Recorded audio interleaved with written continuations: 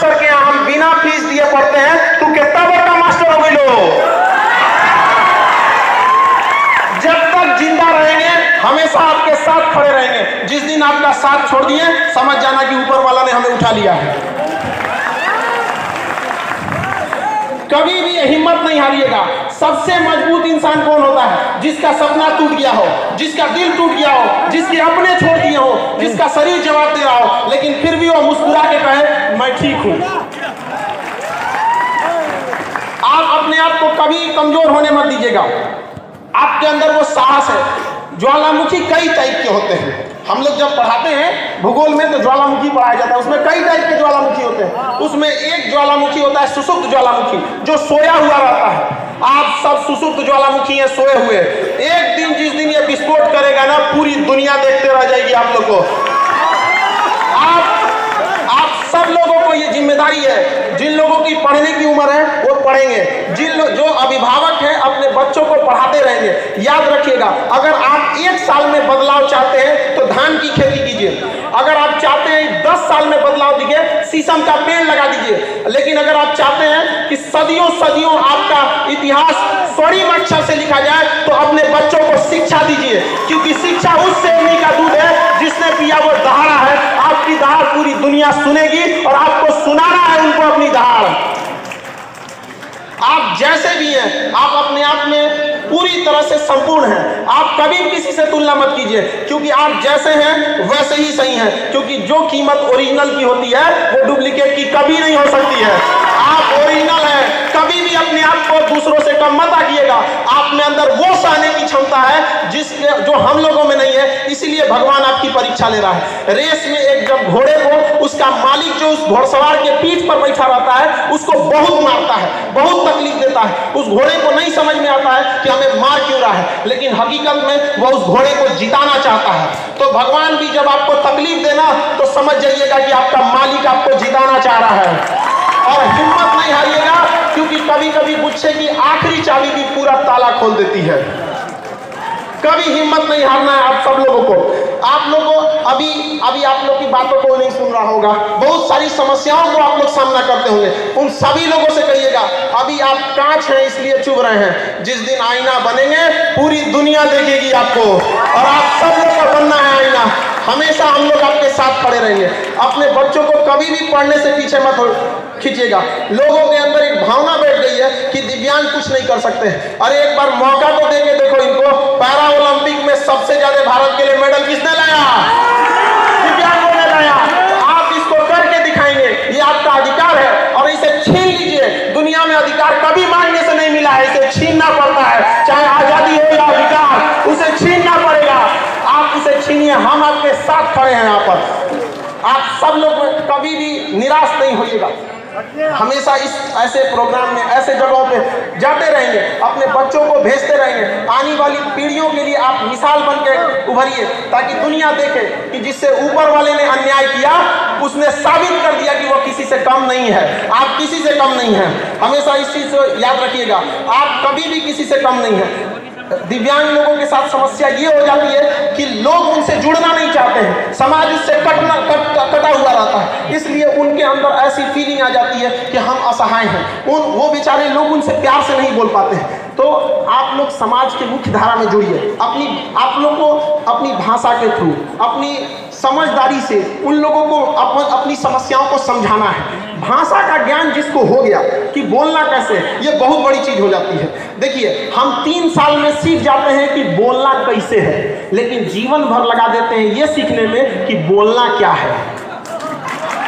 याद रखिएगा, आपके अंदर ये आनी चाहिए। बेचारा हमारे पास जो दिव्यांग आते हैं पढ़ने के लिए, मेरा क्लास 5 तल्ला पर चढ़ता है और दिव्यांग लोग सीढ़ी लेकर उस 5 तल्ला पे चढ़ जाते हैं और हमसे पहले चढ़ जाते हैं। लोग कैसे कह दिए कि वो दिव्यांग है? दिव्यांग के कहने वालों को कहते हैं कि जिन्हें लगता है कि दिव्यांग कुछ नहीं कर सकते हैं, जिनकी आंखों में चुभते हैं, उन्हें अपना नेत्र दान कर देना चाहिए अगर वो आपकी कामयाबी नहीं देख सकते हैं। आपके अंदर वो साहस है, आप उसे कर सकते हैं। पहचानिए अपने अंदर की ताकत। बजरंगबली को भी नहीं पता था, लेकिन एक जामवंत ने बताया था कि नहीं बताया था? उसके बाद लंका लगा दिए थे कि नहीं लगा दिए थे? याद रखिए, आप लोग को भी अपनी ताकत को पहचानना पड़ेगा। और अपनी बातों को किस तरह से रखना है, आराम से रखना है। देखिए समाज में जब बारिश होती है तो हम सब बारिश नहीं रोक सकते हैं, हम छाता लगाते हैं, बारिश तो नहीं रुक सकता है। तो समाज अगर आप लोगों को स्वीकार नहीं कर रहा है तो अपनी बातों को सहजता से उन्हें पहुंचाइए कि हाँ हमारे साथ अन्याय हुआ है, अगर आप भी हमारा साथ नहीं देंगे तो हम मोहताज नहीं हैं, पढ़ लिख कर हम छीन लेंगे रोटी कपड़ा मकान, लेकिन हमको शिक्षा हर हाल में चाहिए और शिक्षा से कभी वंचित नहीं रहिएगा आप लोग। हाँ थोड़ा सा हम ये जरूर कहेंगे कि अपनी बातों को किस तरह से रखना है, इसको थोड़ा सा समझदारी से कि कैसे प्रभावी ढंग से रखा जा सकता है। लफ्ज़ों की हिफाजत, हमारी जुबान की हिफाजत अपने धन दौलत से ज़्यादा करनी चाहिए, क्योंकि जीभ ही एक ऐसी जगह है जहाँ पर अमृत और जहर दोनों रहता है।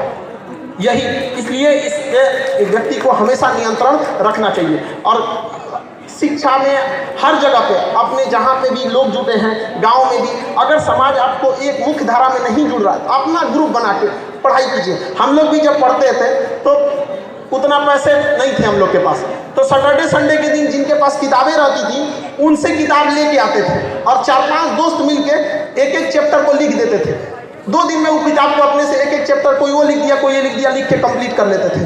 तो अभी आप लोग भी उस तरह से ग्रुप बना के पढ़िए, जहाँ कहीं पे भी हैं आप सब लोगों को पढ़ना है। कितने लोग ऐसे हैं जो कहते हैं अपने बाल बच्चों को हम पढ़ाएंगे, यहाँ पर सारे लड़कों लोग को उठाना है। जो आपको पढ़ने से रोके उसको कहना है, जब खान सर नहीं रोकते हैं तो आप कहाँ के टीचर हैं जो आप रोक देंगे, आपका अधिकार है, आप उसको छीन लीजिए। यहाँ पर अंग्रेज भी हमें आज़ादी नहीं दे रहे थे सब, लेकिन क्या हम लोग मांगे, छीन लिए। वहाँ पर आपका भी अधिकार है, आप अपने अधिकार को छीन लीजिए यहाँ पर। और समाज के हिसाब से बहुत समाज की परवाह मत कीजिएगा।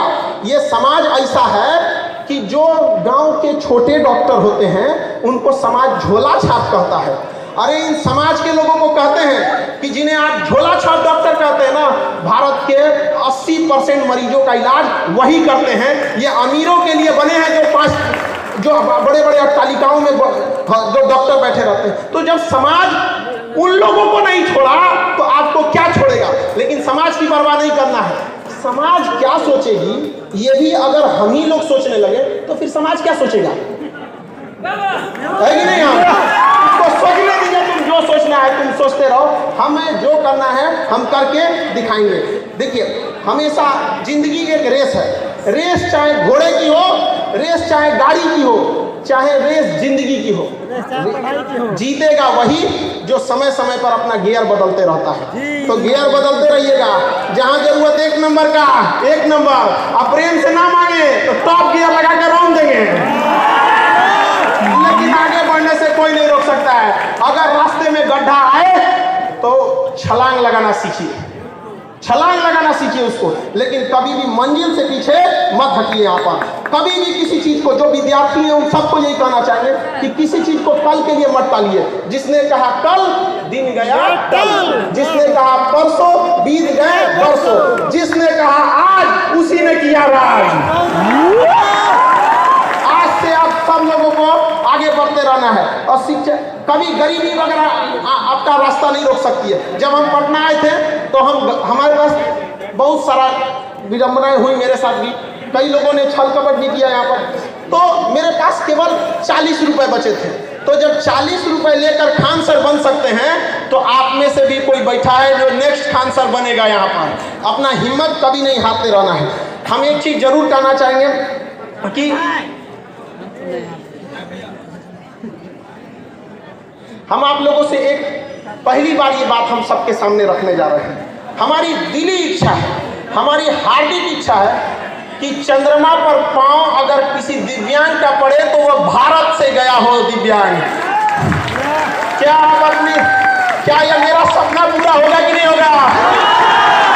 बिल्कुल पूरा होगा। पूरी दुनिया देखेगी कि अगर चंद्रमा पर पहला दिव्यांग का पांव पड़ा तो कहां से गया था? भारत से गया था। इसलिए आप लोग को हमेशा निरंतर आगे बढ़ते रहना है। कभी भी याद रखेंगे, किसी के सामने बहुत ज्यादा हाथ भी फैलाने की जरूरत नहीं है।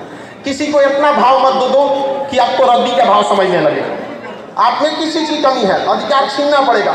और हम यहाँ जरूर सरकार से भी एक बात मांग करना चाहेंगे कि अब तक महिला आयोग है, SC/ST आयोग है, अल्पसंख्यक आयोग है, दिव्यांग आयोग कब बनेगा? दिव्यांग अपनी बात कहाँ करेंगे?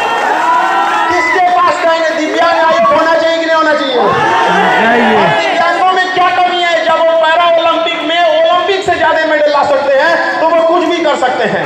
तो इसके लिए भी दिव्यांग आयोग होना चाहिए। हम यहाँ जरूर एक चीज याद दिलाना चाहेंगे, संविधान में लिखा गया है कि अनुच्छेद 331 में और अनुच्छेद 333 में, 331 में लिखा गया है कि संसद में कम से कम 2 एंग्लो इंडियन रहेंगे और 333 में लिखा गया है कि विधानसभा में 1 एंग्लो इंडियन रहेंगे। एंग्लो इंडियन जानते हैं किसे कहा जाता है? जब देश गुलाम था तो उनके जो बाल बच्चे हुए अंग्रेजों के, यूरोपियों के, जब अंग्रेज चले गए तो उनके अधिकार के लिए लोकसभा में 2 सीटें हैं और विधानसभा में 1 सीटें हैं।